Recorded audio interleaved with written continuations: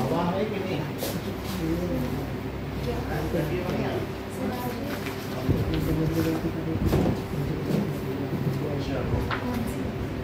कल मिलेंगे आपको उनके पेपर से।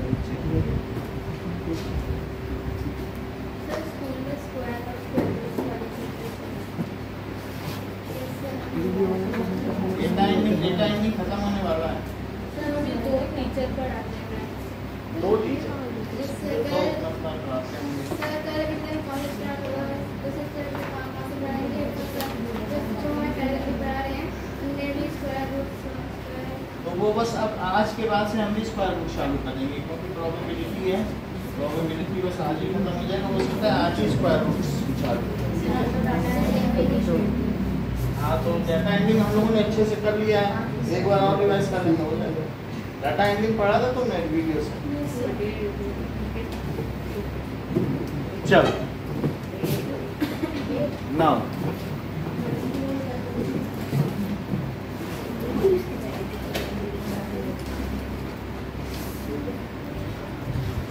Chance and probability, that is किसी भी चीज़ के होने की प्रोबेबिलिटी होती है।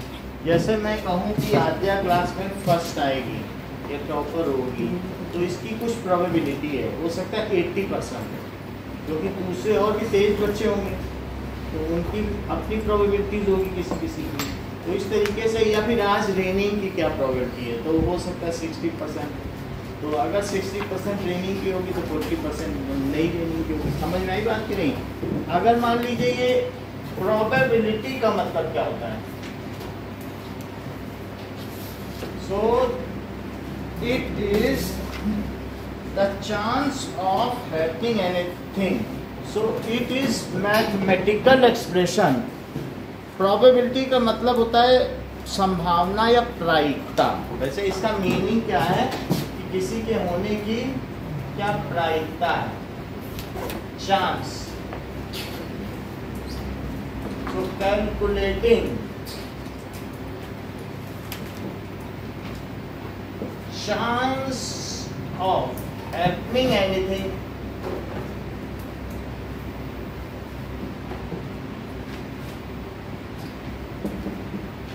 in mathematical number। सर वो एनीथिंग में वाई आएगा। Anything, mathematical number is called probability। इसे क्या कहेंगे? प्रोबेबिलिटी। मान लीजिए एक सिक्का है और सिक्के में ऊपर हेड है, ये तो टेल है, 5 रुपए का सिक्का है, तो और दूसरी तरफ क्या होगा? दूसरी तरफ मान लीजिए इसमें शेर बना होगा, तो ये चीज होगी। तो अब या तो हेड भी आ सकता है या फिर क्या आ सकता है? टेल आ सकता है। तो इसमें 2 चीजें हैं।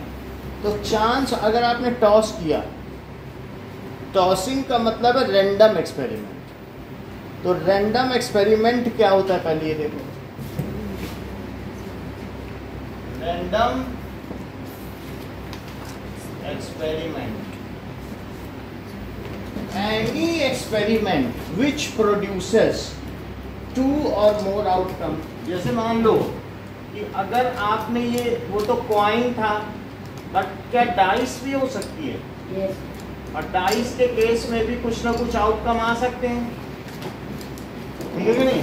तो अलग अलग आउटकम आ सकते हैं। तो अगर तुम इसको डाइस को थ्रो करो, कॉइन को क्या किया जाता है बताओ?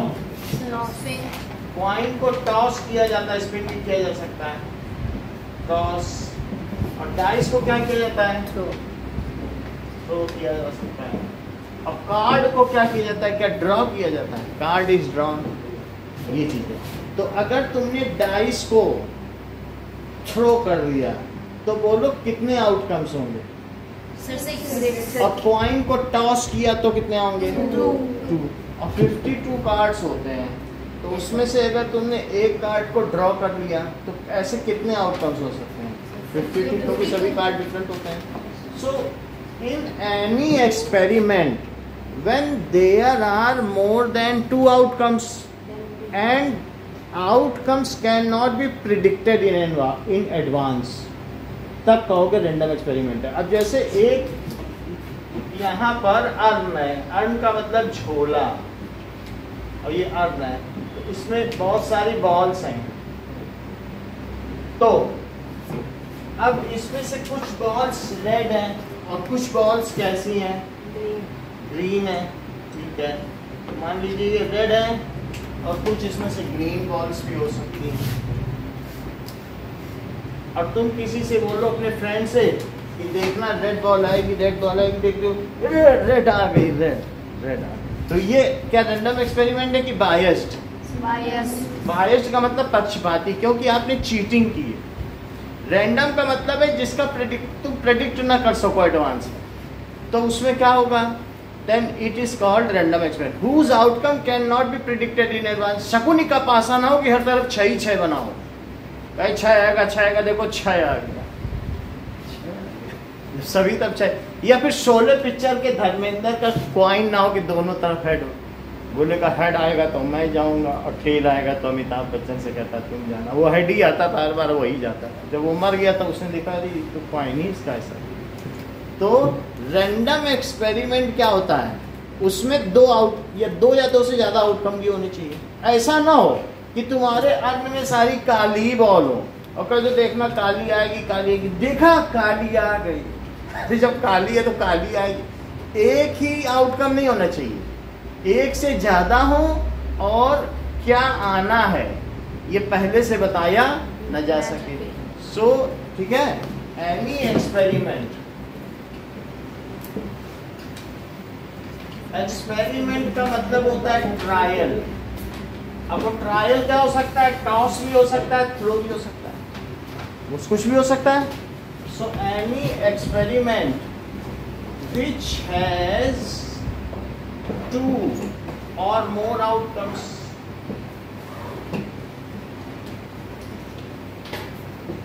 and outcomes can not be predicted in advance. In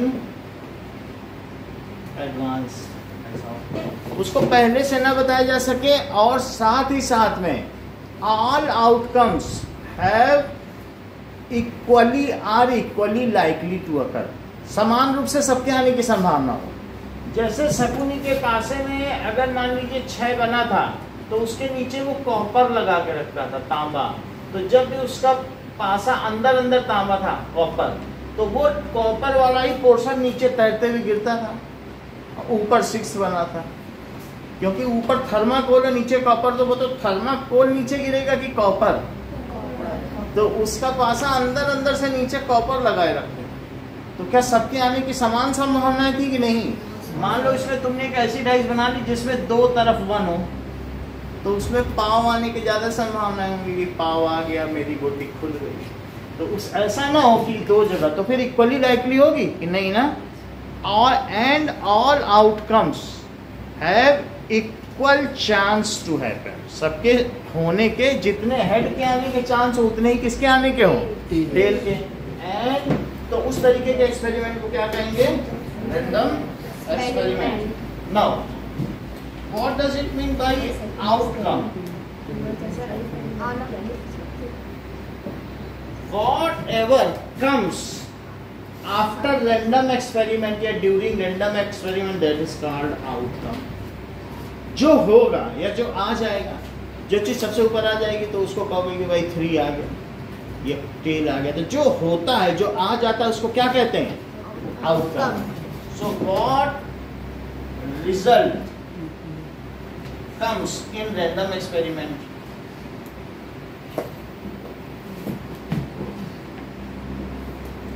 Random experiment is called outcome। ठीक है। नाउ अगर मान लो आप ये सोचो कि 4 आ जाए, 4 से हम होम में चले जाए, लूडो खेलते हैं, ऐसा होता है कि नहीं? तो अगर 4 ही आ जाए तो उसको कहेंगे फेवरेबल आउटकम।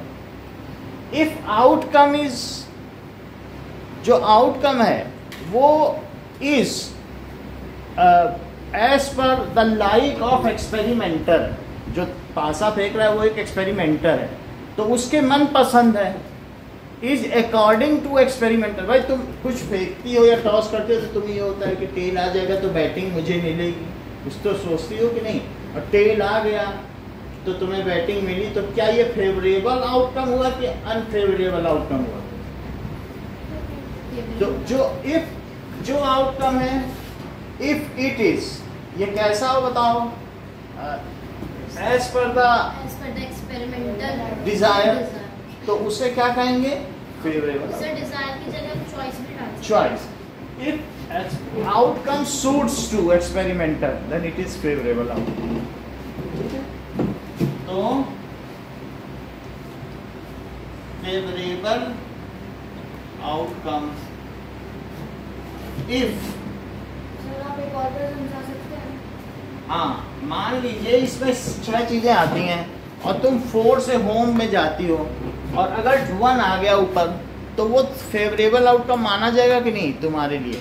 तुमने पासा फेंका और तुम चाहती थी 4 आ जाता, होम में मैं पहुंच जाती और मैं जीत जाती, मेरी गोटी फ्री हो जाती, लेकिन नहीं आया, कुछ और आ गया। तो जो आया है वो आउटकम तुम्हें फेवर कर रहा है कि नहीं, तुम्हारा फेवरेबल है या नहीं? नहीं।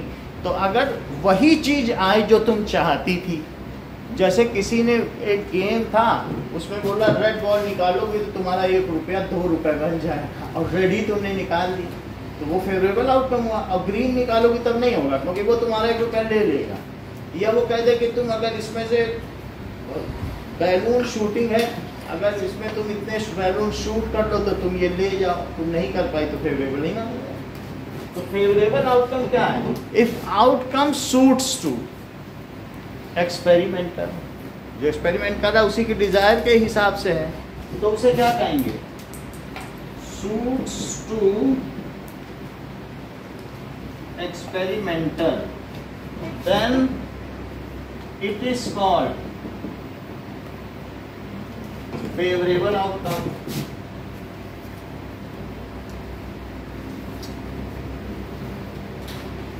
If somebody wants that it should rain and it rained, then raining is the favorable outcome of the person wanting it.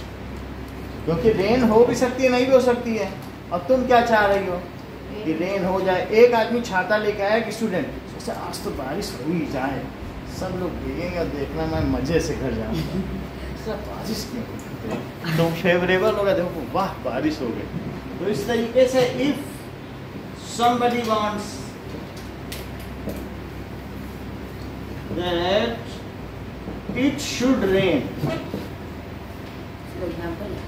हाँ अगर कोई चाहता है कि रेन हो जाए and it rains, then raining is favorable outcome। जो रेनिंग हो गई वो क्या है? तो कहेंगे then it is said, तब ये कहा जाएगा that favorable outcome has occurred।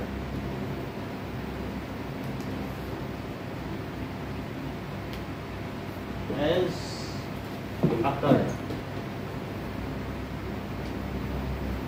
अब देखो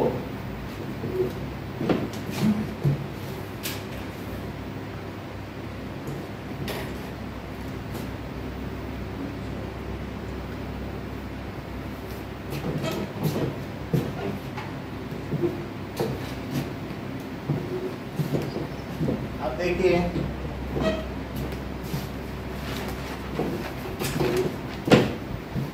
सैंपल स्पेस क्या होता है? List of outcomes enclosed in curly bracket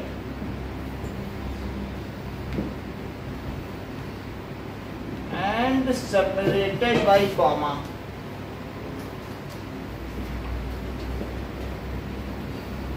is called sample space। sample space जैसे कि सैंपल स्पेस को S कहते हैं। So if coin is tossed तो सैंपल स्पेस क्या बनेगा? इफ कॉइन इज टॉस्ड तो देन सैंपल स्पेस, जो सैंपल स्पेस बनेगा उसको आपको कर्ली ब्रैकेट में लिखना है, हेड एंड टेल। और इफ डाइस इज थ्रोन तो सैंपल स्पेस क्या बनेगा? सर 1 2 3 4 5 6। तो सैंपल स्पेस देखो, सर ब्रैकेट एंड के बारे में, एंड के बाद क्या लिखा है सर? कहाँ पे बताओ? Sir separated by comma. जैसे डाइस को फेंको तो सैंपल स्पेस क्या होगा बोलो? क्या क्या चीजें आ सकती है? लिस्ट ऑफ आउटकम्स जो आ सकता है उन सबको ले लो। ऐड तो नहीं आएगा। 1 2 3 4 5 6। सर आप एक और बार समझा सकते हाँ, मतलब जो चीजें हो सकती हैं वो सैंपल स्पेस है। अगर मैं कहूँ कि ऑस्ट्रेलिया और इंडिया के गेम में क्या क्या चीजें हो सकती हैं तो 3 चीजें हो सकती हैं, या इंडिया जीत सकती है, या ऑस्ट्रेलिया जीत सकती है, या मैच टाई हो सकता है। What ever can happen during an experiment, उसे क्या कहेंगे? सैंपल। उसे ग्रुपिंग कर दो, कॉमा लगा के लिख दो, तो उसे क्या कहोगे? जैसे तुमने एक डाइस फेंकी, पासा, डाइस को क्या कहते हैं? पासा। तो उसमें क्या क्या चीजें आ सकती हैं? इनके अलावा तो कोई संभावना नहीं है कि पासा खड़ा रह जाएगा, खड़ा तो नहीं रह जाएगा, या कॉइन खड़ा रह जाएगा, वो भी तो संभावना नहीं है। तो उसमें ये दो है, उसमें ये 3 है। लेकिन जब मैच होता है तो 3 संभावनाएं होती हैं। समझ में आ गई बात कि नहीं? ये चीज हो सकती है। तो sample space is a group of outcomes, group list of all possible outcomes. क्या लिखोगे? लिस्ट ऑफ ऑल पॉसिबल, सभी संभावित जो आने वाली चीजें हैं उनको अगर कर्ली ब्रैकेट कैसे बनाते हैं बताओ? इसको क्या कहते हैं? कर्ली ब्रैकेट में रखा गया और सेपरेटेड बाय कॉमा। अब जरा देखिए, इक्वली लाइकली आउटकम्स। अच्छा, इसके हर पॉइंट को क्या कहेंगे? Each outcome is called sample point. क्या कहेंगे? Sample point. Each outcome is called sample point. तो इसमें 6 सैंपल पॉइंट्स हैं, इसमें कितने हैं? 2 सैंपल पॉइंट्स हैं। अब जरा देखो कि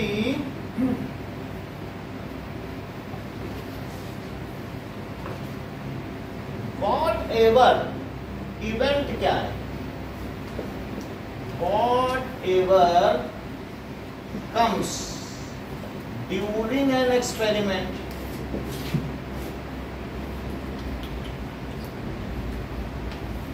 जो भी घट जाए उसे क्या कहेंगे? Is called event. अगर मान लीजिए during a match of India and Australia, Australia wins, तो it is an event. During throw of dice 2 comes, then coming of 2 is an event. Sir event sir तो इवेंट और outcome same है? Outcome में जो जो आ सके वो लिस्ट ऑफ आउटकम्स है। इवेंट एंड आउटकम सेम ही मानो। तो आउटकम भी फेवरेबल आउटकम भी हो सकता है, वही इवेंट तुम्हारे फेवर की भी हो सकती है और बिना फेवर की भी हो सकती है। लेकिन जो घट जाए उसको इवेंट भी कह सकते हो या क्या कह सकते हो? आउटकम। तो बुक में इवेंट भी लिखी तो मैंने इवेंट भी बता दिया। सर इवेंट फ्यूचर में होता है। इवेंट का मतलब जो घट जाए, जैसे तुमने पूरे साल मेहनत की, अब तुम्हारा A1 रिजल्ट आ गया या A2 आ गया या B1 आ गया, तो ये इवेंट है। अब देखें, इतनी बात तो हो गई। अच्छा, इक्वली लाइकली आउटकम्स क्या होता है? इक्वली लाइकली सर वो दोनों आउटकम चाहते हैं। यानी सभी के आने की यदि समान संभावनाएं हों तो उसे क्या कहेंगे बताओ? Equally likely outcomes. If all outcomes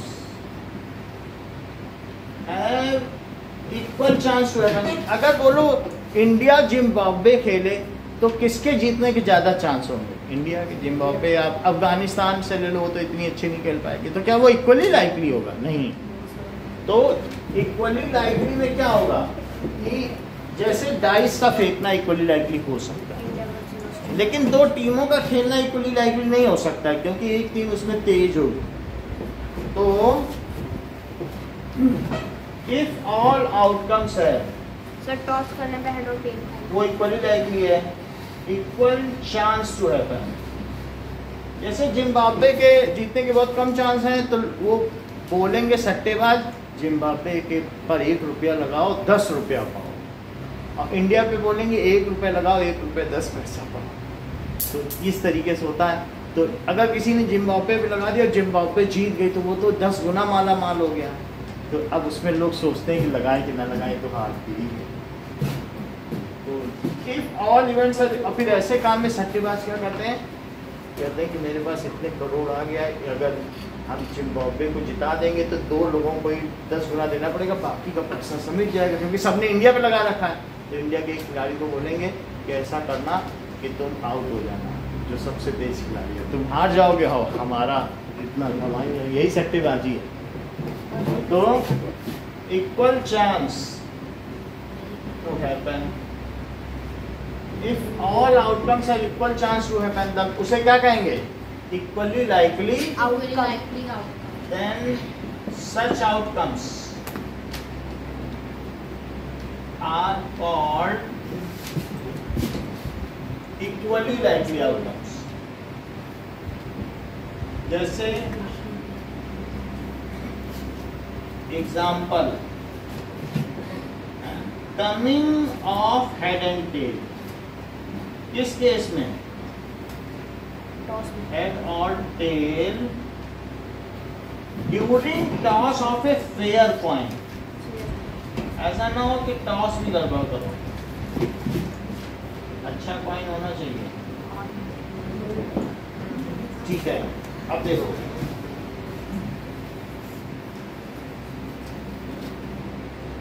now,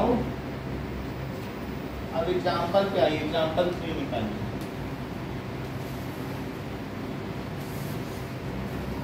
क्या कह रहा है? ए bag has 4 red balls and 2 yellow balls, और सभी आइडेंटिकल है, कलर ही चेंज है। अगर एक बॉल ड्रॉ की गई है तो what is the probability of getting a red ball? तो अब probability of red ball,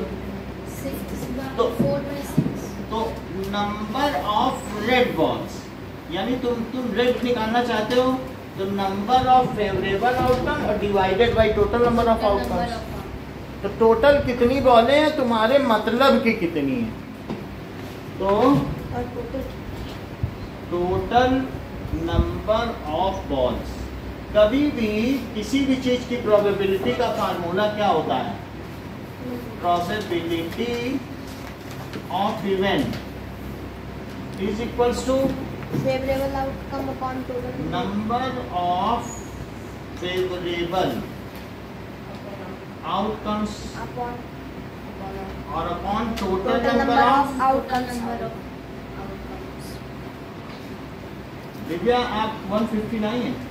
yes sir. तो मान लीजिए अब दिव्या ने डाइस फेंकी, दिव्या सोच रही 4 आ जाए तो होम आ जाएंगे और 2 आ जाए तो आधे की गोटी पीट देंगे। दो चीजें सोच के बैठी। तो अब इनके मन में क्या क्या चीजें बताओ? इनके 2 फेवरेबल हो गए, 4 आएगा तो होम पर पहुंच जाएंगी और 2 से आधे की गोटी पीट देंगी। तो 2 फेवरेबल और टोटल कितने हैं? 6। एक डाइस में कितने होते हैं? 6। तो 2 ऊपर रखना नंबर ऑफ फेवरेबल, और नीचे कितने बताओ? तो 2/6। सर तो हम इनको कट भी करेंगे। कट तो करेंगे। एक बार सर फिर से समझो, मान लीजिए कि आप ये चाहते हैं कि 4 से कम आ जाए डाइस में, और तो मैं कुछ ना कुछ कर लूंगा, मैनेज कर लूंगा। तो 4 से कम क्या क्या आ सकता है? कितने सैंपल पॉइंट्स हैं 4 से कम? 4 से कम 3 तो 3 है, तो 3 तुम्हारे फेवरेबल हो गए। अब टोटल उसमें कितने सैंपल पॉइंट्स हैं? 6। तो 3/6 अब तुम्हारे मनपसंद चीज के आने के 3/6 चांस। आप कह रहे हैं कि मैं मान लो वहाँ 10 व्यंजन है और तुमने कहा देखो भाई बारात जा रहा हूँ, दही बड़ा होगा तो खा लूंगा, रसगुल्ला होगा तो खा लूंगा और नान होगा तो खा लूंगा। तो 3 ही तो तुम्हारे फेवरेट हैं और कुछ नहीं खाऊंगा, पनीर भी खा लूंगा, चलो 4 फेवरेट हो गए 10 में। तो 4/10 तुम्हारे खाना खाने के क्या चांस बने? क्योंकि ये 4 चीज होगी तो खाओगे और नहीं होगी तो नहीं खाओगे। तो फेवरेबल आउटकम ऊपर रखना और टोटल नंबर ऑफ आउटकम्स नीचे रखना। समझ में आ गई बात की नहीं? तो बताओ, आप बताइए जस्मिता, रेड बॉल कितनी है देख के बताइए। चलो अब टोटल कितनी है बताइए। रेड प्लस येलो 6, 2 येलो है क्या? ठीक है, तो 6। ये बात मयंक समझ में आ गई कि नीचे टोटल है 4, तुम्हें रेड चाहिए ना, तो 4 चीजें तुम्हें सपोर्ट कर रही हैं। कि मान लो किसी भी अर्थ में ऐसा हो, किसी भी बैग में 4 रेड हो और 2 येलो, तो ऐसे केस में तुम सोच रहे हो रेड बॉल आ जाए, तो रेड बॉल कहने की क्या संभावना होगी? 4/6 टोटल 6 बॉल है और 4 तुम्हारे सपोर्ट की हैं। तो इस तरीके से इसको कट कर दो 2/3। तो 2/3 चांस है रेड बॉल के आने के। अच्छा, और येलो आने के क्या चांस है? देखो उसमें पूछ रहा है। So what is the probability of getting? 2/6. ठीक है, उसका क्या फार्मूला लिखें? प्रोबेबिलिटी ऑफ येलो बॉल बोलो। Sir, number of favorable outcome upon total number of outcome. ठीक है, probability of yellow ball is equals to, हम ये भी लिख सकते हैं नंबर ऑफ येलो बॉल्स। क्या लिख सकते हैं? Number of yellow ball. Upon total number of balls. Number of balls. अच्छा, कुछ लोग प्रोबेबिलिटी को P भी लिखते हैं येलो, और it is equals to number of yellow balls Sir, और अपॉन सैंपल पॉइंट्स तो जानते हो टोटल नंबर ऑफ बॉल्स। आप इसी को ऐसे लिखो, नंबर ऑफ येलो बॉल्स और upon total number of balls. Mansi, yellow balls कितनी हैं?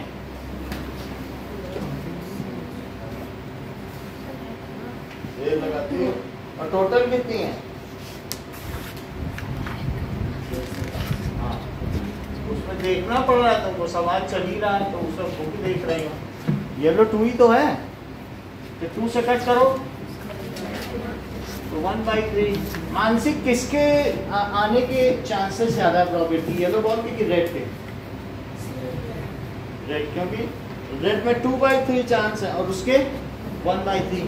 तो 2/3 और 1/3 का क्या मतलब है? मान लो एक सर्कल है, 3 हिस्से करो इसके, तो 2/3 का मतलब ये है 2 पार्ट आउट ऑफ 3 पार्ट, और 1/3। तो बोलो रेड के आने के चांस ज्यादा है कि येलो? red. सो प्रोबेबिलिटी, और ये क्वेश्चन भी पूछ रहा है, इज इट मोर और less than getting a yellow ball? तो प्रोबेबिलिटी ऑफ रेड बॉल, बोलो नहीं, आप क्या पूछ रहे हो? Red ball is more than probability of getting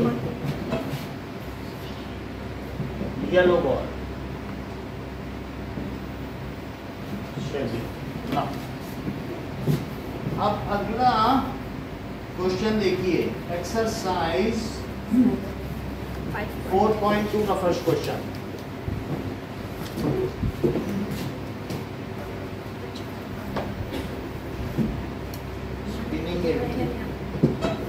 so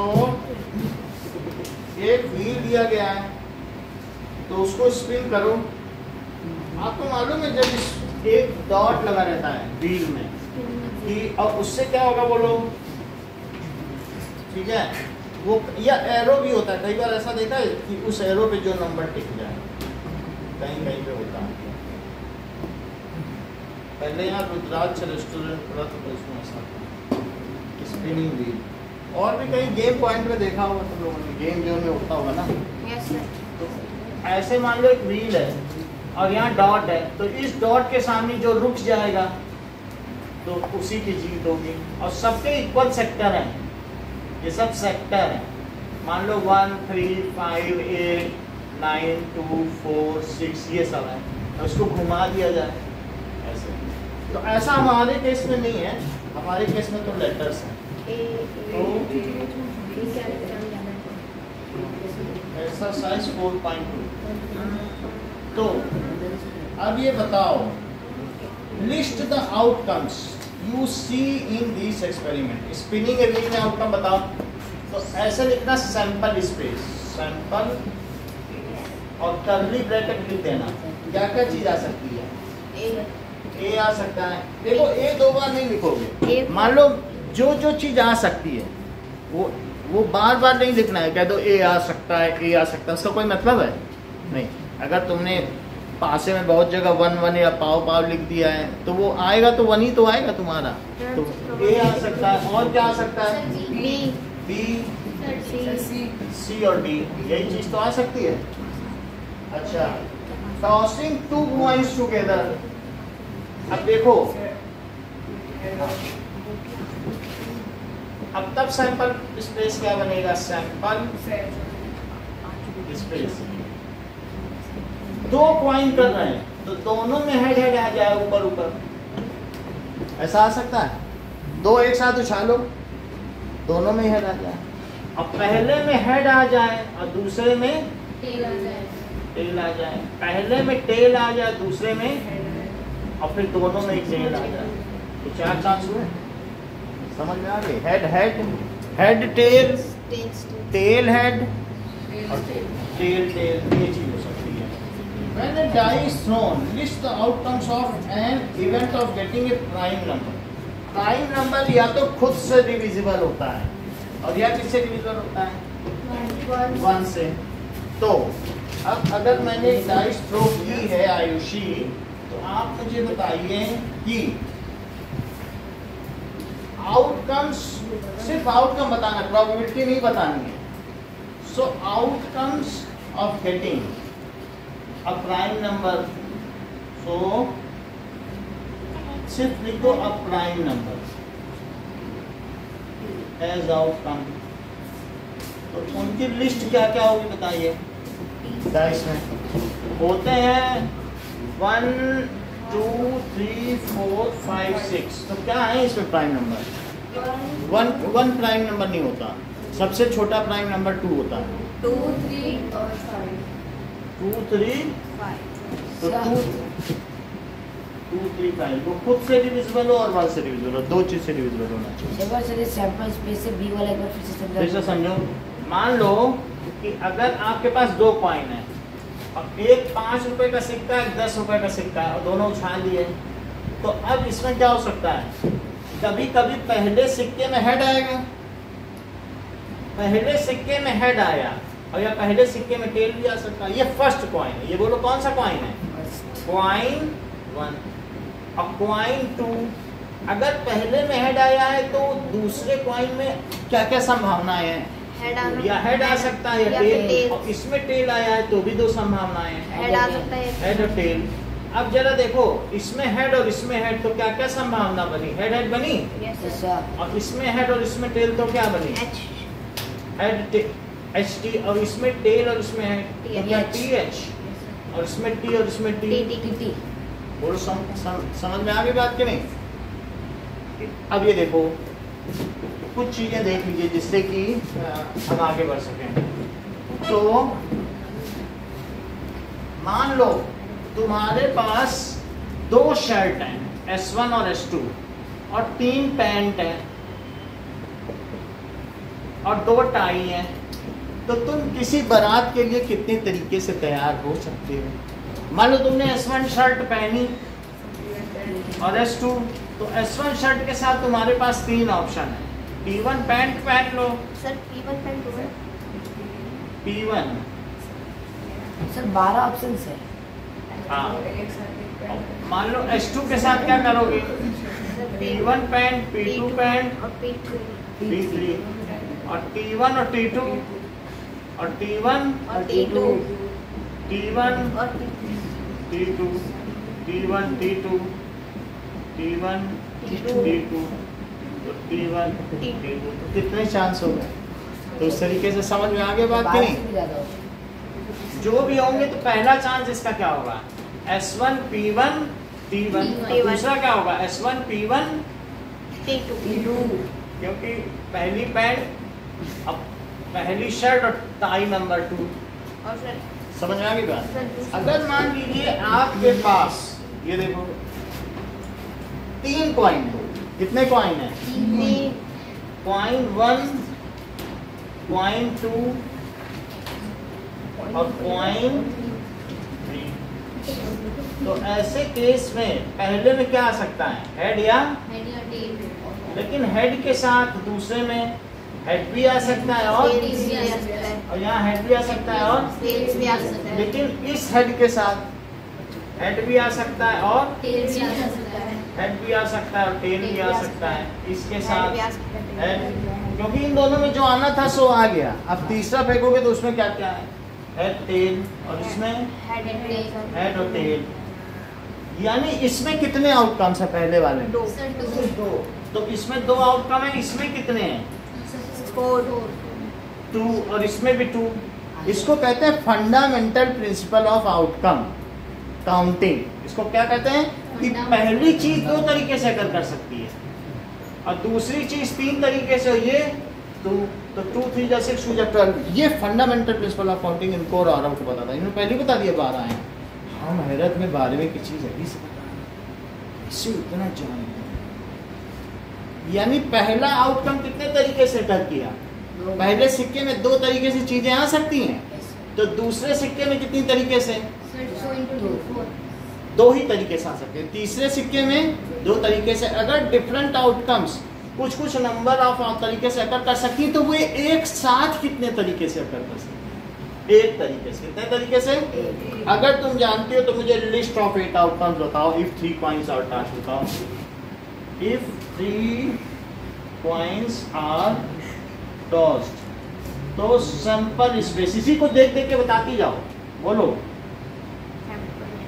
ज्यादा कठिन नहीं है, बोलो आते हैं।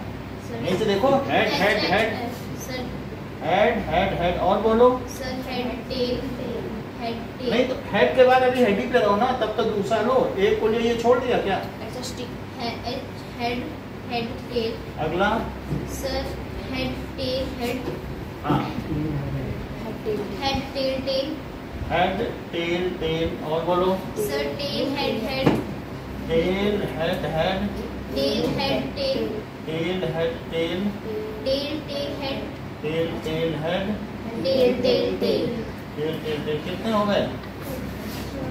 1 2 3 4 5 6 7 8 अच्छा, अभी ये किसने क्वेश्चन पूछा था कि ये 4 इवेंट है, क्या वे ये समझ में आ गई? सी पार्ट समझ आ गई ना कि कैसे हुआ? अब जरा देखो, प्राइम नंबर के आने के चांस समझ में आ गए?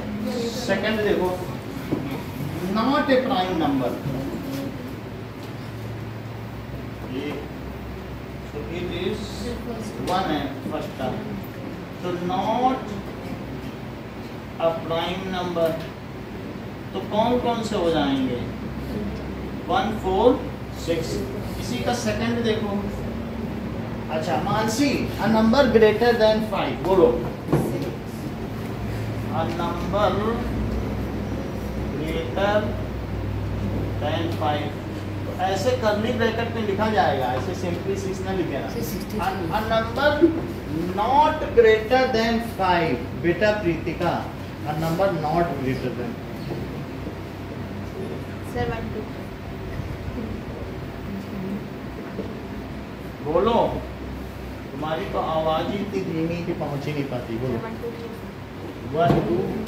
तुमने बोला सही था प्रीतिका, लेकिन बहुत धीमे बोला। तो एक नंबर जो 5 से बड़ा ना हो तो आयुषी 5 आएगा कि नहीं? जैसे तुम अपने पापा से बोलो पापा मुझे 5 रुपए ज्यादा मत देना, तो इसका मतलब क्या वो 5 दे देंगे तो तुम ले लोगे? तो ये 5 नहीं बोल रहे हैं, तो क्या इनको बोलना चाहिए था? वो कह रहे हैं एक नंबर जो 5 से ज्यादा ना हो, तो 5 तो हो सकता है ना, तो नॉट ग्रेटर देन 5 में 5 तो रहेगा कि नहीं? अच्छा, अब जरा थर्ड क्वेश्चन देखें कि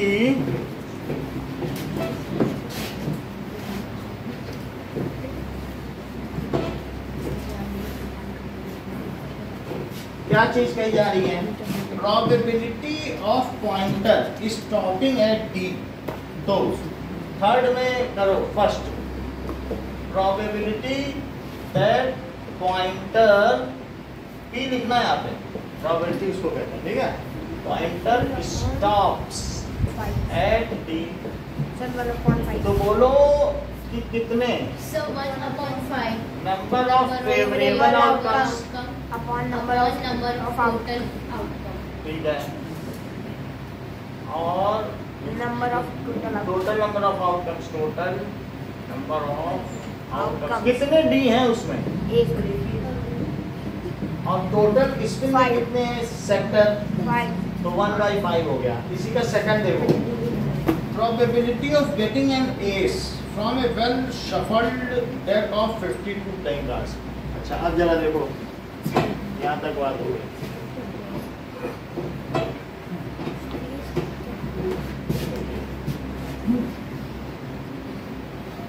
बी वाला भी कराएंगे, सी देखो पहले, थोड़ा सा आपको बताएंगे, ए और सी देखिए।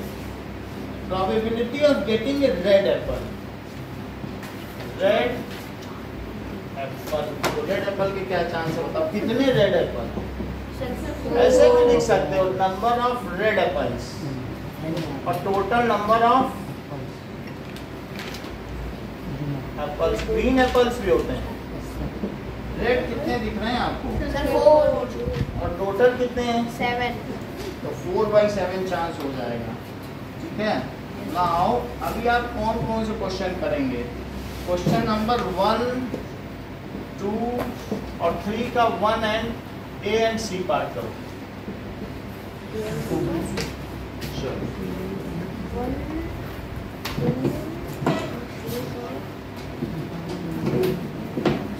फर्स्ट और सेकंड पूरा करना है। फर्स्ट सेकंड को पूरा करना है और ए और सी करना है।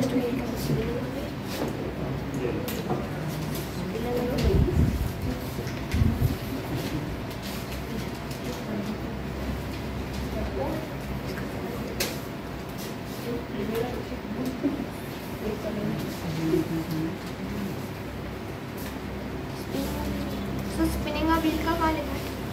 स्पिनिंग स्पिनिंग ऑफ व्हील वही पहले क्वेश्चन से देखना है। Question number 1